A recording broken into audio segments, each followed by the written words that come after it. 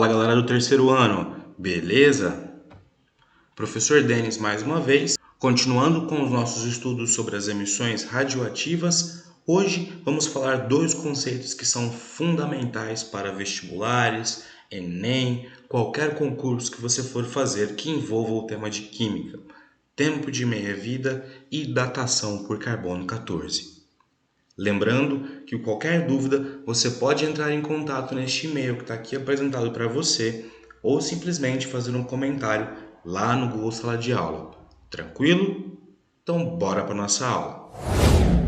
Você já sabe que um elemento radioativo possui um núcleo atômico muito grande e instável.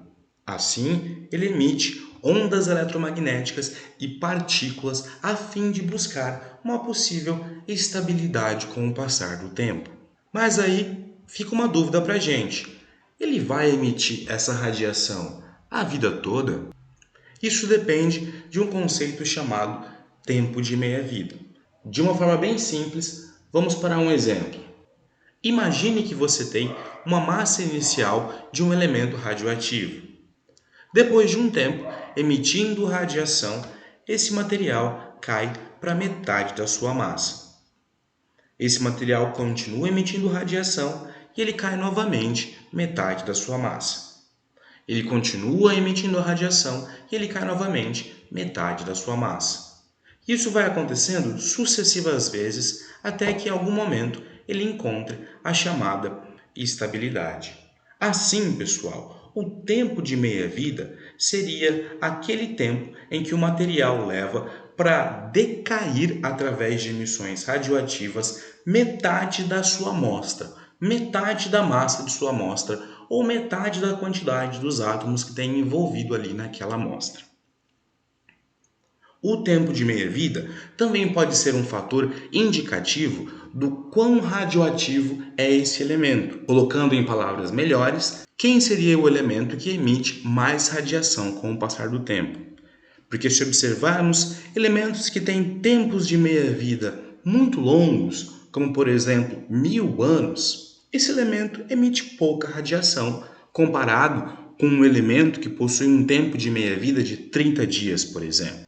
Esse segundo elemento vai liberar muito mais energia e partículas em uma menor faixa de tempo do que o primeiro elemento citado.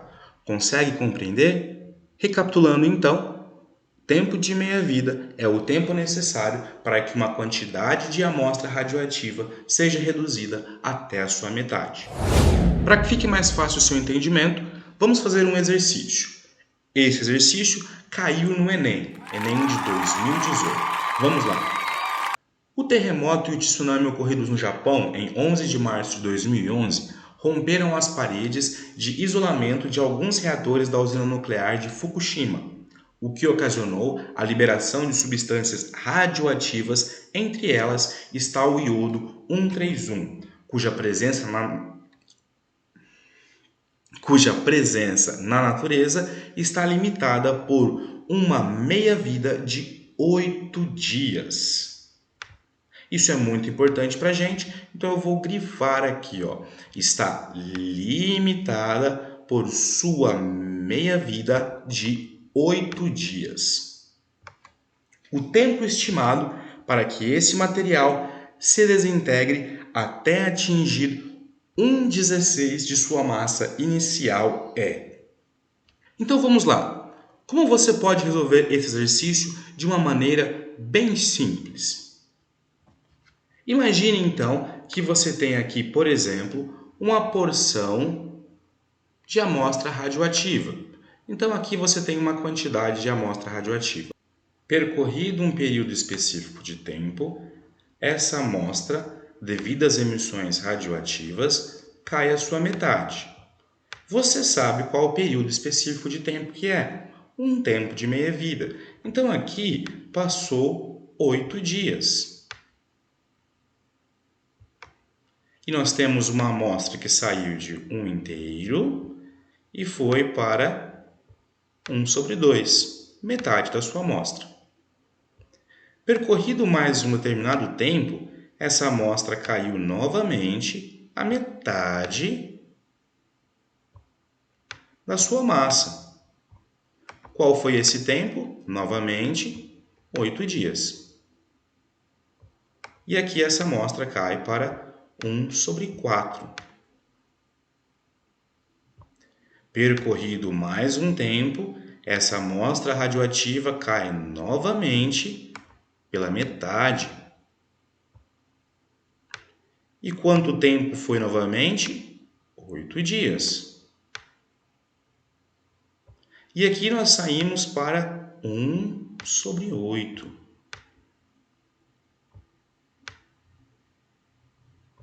E aí, por fim, essa amostra sofre mais um decaimento radioativo até chegar na sua porção final, até atingir a sua estabilidade, percorrido mais uma vez um tempo de 8 dias, que é referente ao tempo de meia-vida desse material.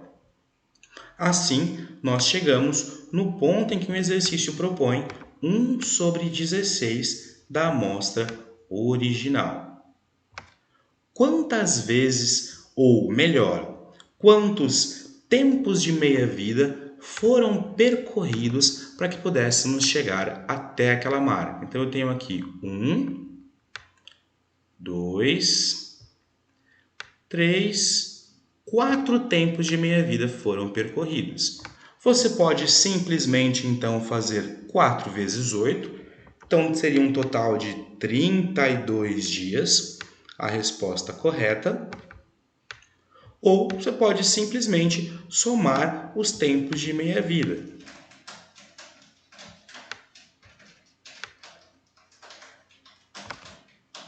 Tranquilo?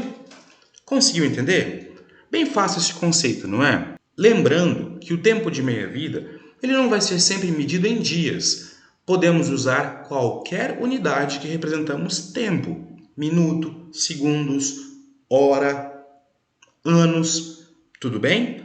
Tudo depende da taxa de emissão radioativa desse elemento que estamos trabalhando. Tranquilo? Mais uma vez, se você não entendeu, volta rapidinho e vê novamente o exercício com um pouquinho de mais tranquilidade. O próximo tema que iremos falar agora é a datação por carbono 14. E aqui nós temos um esquema ilustrativo para representar o que seria esse carbono 14 e como nós incorporamos esse carbono 14 ao longo do tempo. O carbono 14 é um isótopo do carbono 12. E como que esse carbono 14 ele ocorre em meio à natureza? A radiação cósmica entra na atmosfera em contato com alguns átomos que liberam alguns nêutrons que saem em alta velocidade. Esses nêutrons, ao colidir com átomos de nitrogênio 14, substituem um próton do núcleo, gerando assim o isótopo que nós chamamos de carbono 14. Esse isótopo incorpora-se com o oxigênio presente na atmosfera, formando o gás carbônico. A planta absorve esse gás carbônico através do processo de fotossíntese e incorpora em sua estrutura, gerando, por exemplo, um amido com carbono 14 e gerando, por exemplo, uma celulose com carbono 14. Os animais se alimentam dessas plantas, ingerem carbono 14, assim como nós também ingerimos alimentos provenientes dessas plantas com carbono 14 e alimentos provenientes desses animais que incorporaram o carbono 14. Depois de um tempo, a taxa de carbono 14 presente na atmosfera e no seu organismo, ela passa a ser mais ou menos equilibrada, mantendo uma proporção fixa com o passar do tempo. Quando esse animal ele morre, por exemplo, ele para de incorporar carbono 14. E aí a emissão começa a ser feita. Quando um arqueólogo, por exemplo, encontra um fóssil e faz a medição de radiação, conseguimos fazer uma estimativa do quanto este animal deveria estar emitindo em vida e o quanto ele está emitindo agora em fóssil. A diferença dessas duas quantidades aplicada na meia-vida é a datação. Isso só é possível porque o carbono 14 tem um tempo de meia-vida muito longo, da ordem de 5.000 anos, por exemplo. E agora eu vou resolver com você um exercício que caiu no Enem no ano de 2017.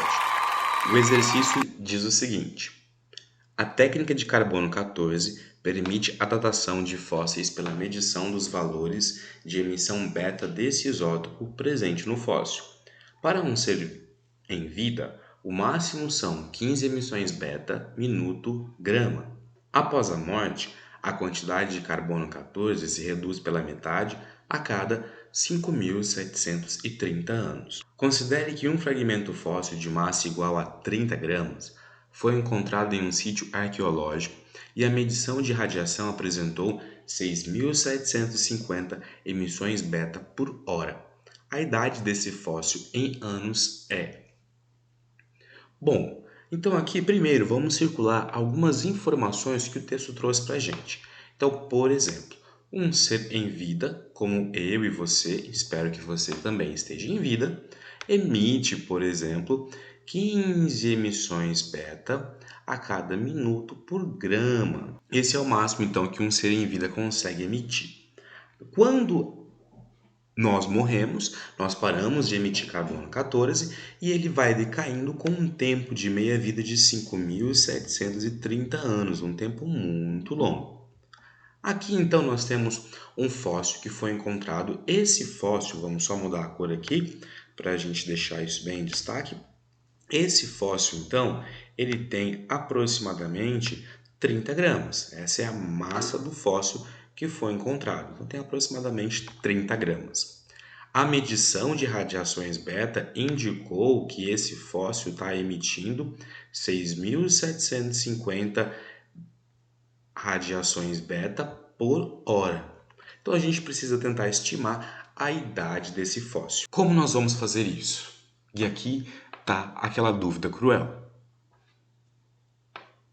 Primeiro de tudo, então, como nós comentamos um pouquinho anterior nesse vídeo, nós vamos imaginar que esse fóssil ele esteja vivo.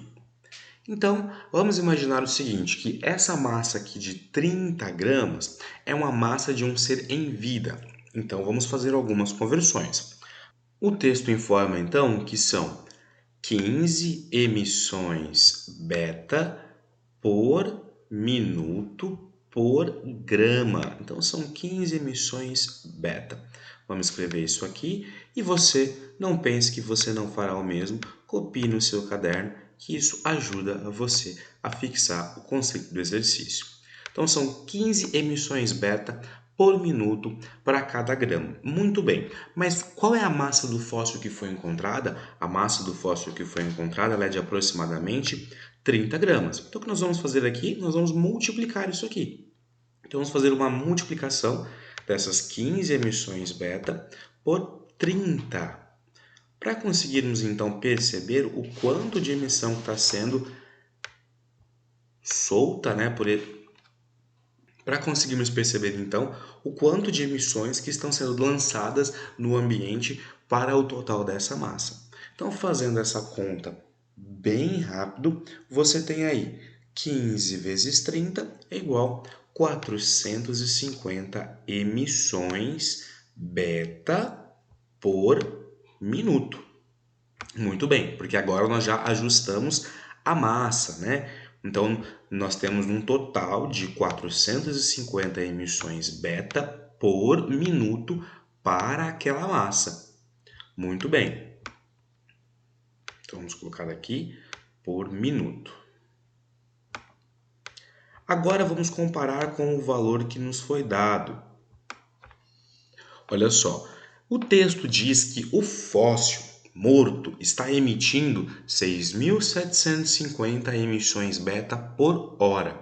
Então, o que nós vamos ter que fazer mais uma vez? Nós vamos ter que ajustar essa unidade aqui, né? Porque o nosso valor estimado para esse ser que está vivo com 30 gramas está emitindo 450 partículas beta na atmosfera para cada minuto. Então nós temos que ajustar essa unidade também para a hora para conseguirmos comparar com este valor aqui do fóssil morto, né? E conseguirmos resolver o exercício e tentar estimar a idade desse fóssil.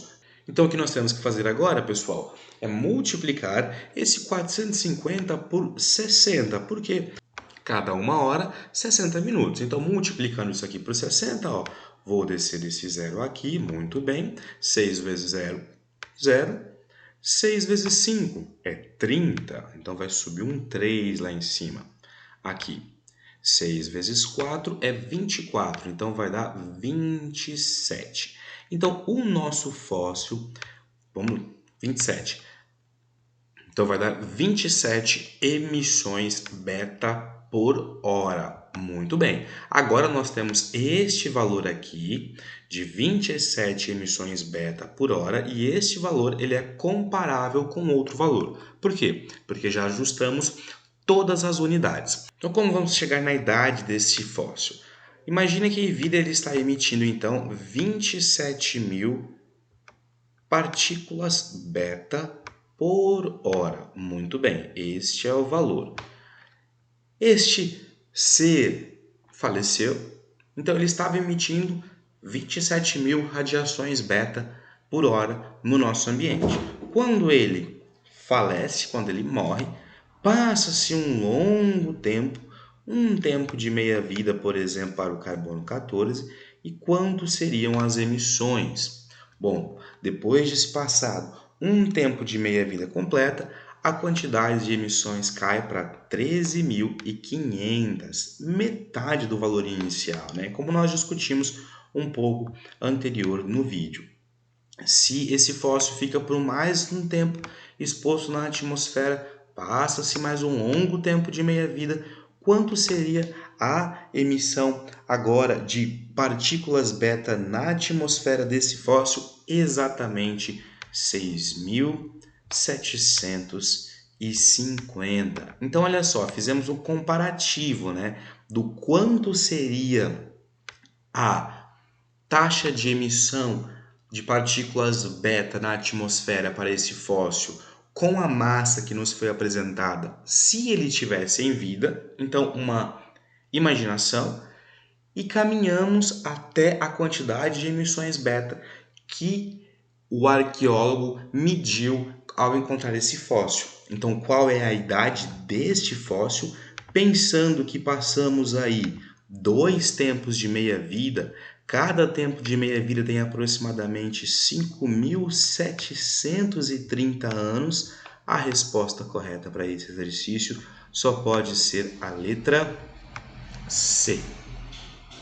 Porque somando esses 2 tempos de meia-vida, 5.730 anos, nós temos então que para chegar naquela quantidade de emissões radioativas, esse fóssil deve ter passado mais ou menos aí 11.460 anos exposto na atmosfera. Tudo bem? Conseguiu entender? Confesso que pode ser um pouquinho complexo, mas é só uma questão de prática. Qualquer coisa, volta no vídeo e vá copiando, passo a passo como eu fiz, que eu tenho certeza que você vai entender. Não deixem de acompanhar as postagens lá no Google Sala de Aula e também no meu canal do YouTube. Por hoje é só, pessoal. Se você gostou, não deixe de dar um like e de compartilhar com os seus amigos. Muito obrigado e até uma próxima.